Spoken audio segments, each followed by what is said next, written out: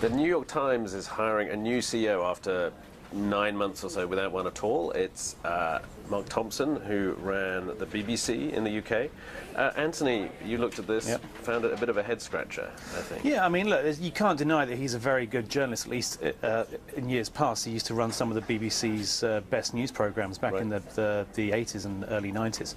And he's got a bit more experience just beyond the BBC. He ran Channel 4 in the UK, another, frankly, broadcast company for a couple of years. Although that too, although it does have commercials, it is also ultimately state-run. That's the thing. He's used to running and working in institutions which have, if not at least state backing, if not, in fact, as the BBC has, more than 70% of its revenue coming from levies on people owning TVs. Right, but part of the mission here, part of what he's being touted for here by the New York Times, Arthur Sulzberger, who's the chairman, is transforming it into some digital platform. Now, fresh off the Olympics and the streaming TV and all that, the BBC kind of has done quite a lot of that in recent years. But do we know where we're going here? Yeah, and I think that's the question. I mean, I think all media is kind of struggling with this. But I mean, one of the reasons that the search was supposedly taking so long was to find this candidate that was going to really transform the New York Times, away from the print advertising into this digital platform. And this is again, he has experience there, but he's still a career journalist.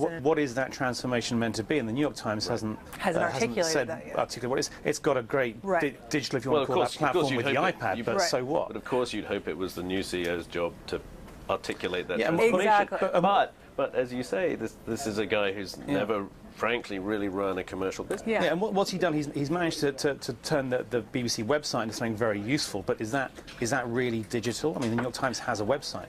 What they had with the BBC magazines, which was more of a commercial outfit, part of BBC Worldwide, they've just decided to sell those. It's not as if he's been deeply into keeping print going. Like, I mean, what I was expecting, frankly, was like a wow factor. I mean, I remember Janet Robinson, his predecessor, was retired in a shock, and people were not expecting it. And then it took them 8 months to basically find this person. So again, you're kind of expecting to be kind of like, wow, like, whoa, look at this person. Maybe the New York Times really does have a shot. Where as naming this, I just like Mark Thompson. He's certainly got a couple of things extra going for him. While at both Channel 4 and the BBC, he did actually strike a few joint ventures with some local UK rivals as new ways of delivering news and programmes came through. So joint ventures on digital TV platforms, for example.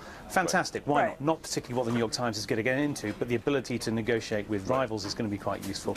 And also, don't forget, this is one of the few guys who stood up and made a stand against Murdoch a couple of years ago, and Murdoch trying to take over the rest of B-Sky B in the UK. Yeah, I mean, there is a sort of subsidiary argument that at least here's somebody who's had experience of butting heads with all the different Murdoch. And the New York Times, against both Fox and then more recently, since they bought it, the Wall Street Journal, has always been actually often the butt of the jokes of some things that the senior guys of Fox have done. So now you've got someone who's actually got an ability to stand up and be counted. But does that really mean he's the best person to see? Yeah, I think it doesn't mean he's the worst. Yeah, but no, I'm not saying he's a terrible candidate. It's just that, again, what I think with the New York Times and what people were holding out for was that it was going to be somebody really stellar that really, got people enthusiastic about, okay, maybe this is the person that can actually have a vision that other media companies haven't been able to. Perhaps he's got it, but we have to prove that. Exactly. Okay, we'll leave it there. We'll see if the British Mark Thompson can make his mark on New York when he starts in November, and we'll have more breaking views tomorrow.